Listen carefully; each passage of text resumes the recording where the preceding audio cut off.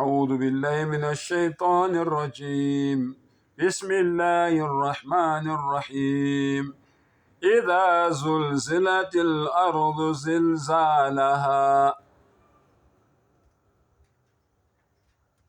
وقال تعالى عز وجل في القرآن المجيد يا أهل الكتاب لم تلبسون الحق بالباطل وتكتمون الحق وأنتم تعلمون. Ngicela u-Allah angivikele kusathane ongathandwa. Egameni lika Allah onomusa onesihawu. Lapho umhlaba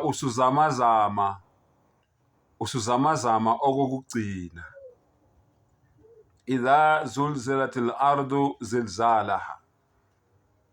U-Allah aphinde futhi athi kwi-Quran, ya ahla al-kitab, onina majuda namakristu, lima talbisuna al-haqqa bil-batil, kungani nixuba iqiniso namanga, wataktumuna al-haqqa, anigcini ngokuxuba iqiniso namanga, niyaligubezela iqiniso, wa antum ta'lamun, nibe nilazi. U-Allah uthi makristu, manazaretha, ma-watchtower, ma-Roma, nani nina enikhonza amadlozi, niyalazi iqiniso, kusho umdali. Nenza ngamabomu umthetho niwazi. Lalela-ke em-Afrika ulalelisise ukuthi uma ngabe kuthiwa umhlaba uyazamazama kukhulunywa ngani. Uma kuthiwa abantu abazibiza ngamakholwa bakhuluma amanga kukhulunywa ngani.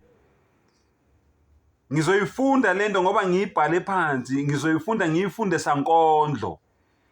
Kodwa ulalelisise-ke mfowethu nawe dadewethu, mamami, baba wami, mkhulu, gogo, mntanami, lalela ulalelisise. Weke ozobe usuba umehluleli ukuthi ngempela lento engiyifunda la, engiyibhale la, iyenzeka yini emhlabeni noma yenzeki. Bese usala umbuzo, kungani kunje? Ingabe umhlaba usuzamazama okokugcina na? Akumanga kubafundisi nabaholi beminyango nezinhlangano ezahlukene babuya ngokuzolala. Akunkohlakalo ngathi khona umuthi abashunqiselwa ngawo, bayaqhudelana kuhle kwamaqembu ebhola elwela indebe yomhlaba. Ngabe umhlaba usuzamazama okokugcina na?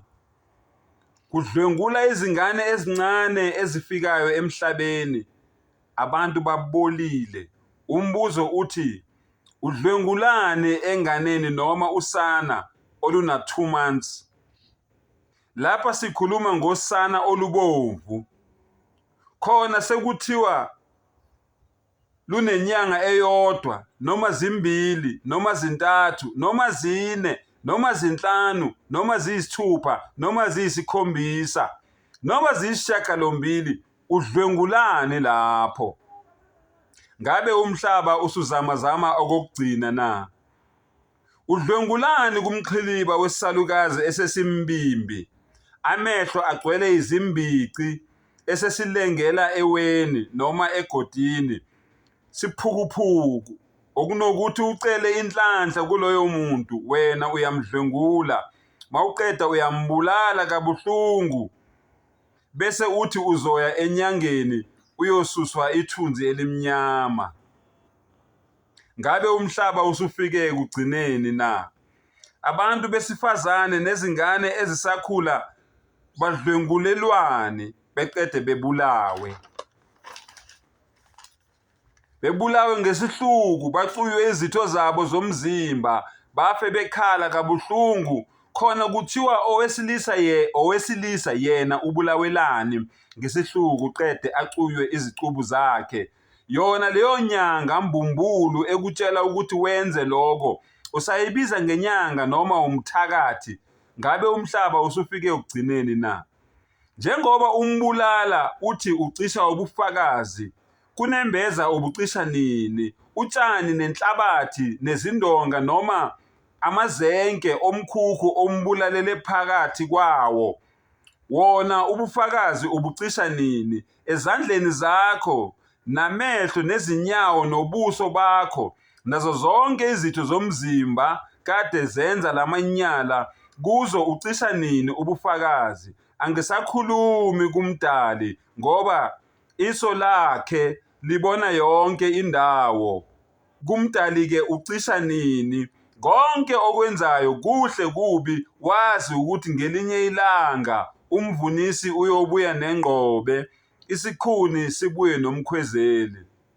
Ngalamazwi bafowethu ngithi vula namehlo nibone emhlabeni kubi, kuyabheda, kumoshakele, kubolile ngenxa yabantu abangafuni ukulalela, abangafuni ukuphenduka bakholwe benze intando kaNkulunkulu. Sengathi umdala angazivula ingqondo, asivule amehlo, siphume kulobu mnyama esihamba kubo, sizohamba ekukhanyeni. Wa akhiru dawana anilhamdulillahi rabbil alamin.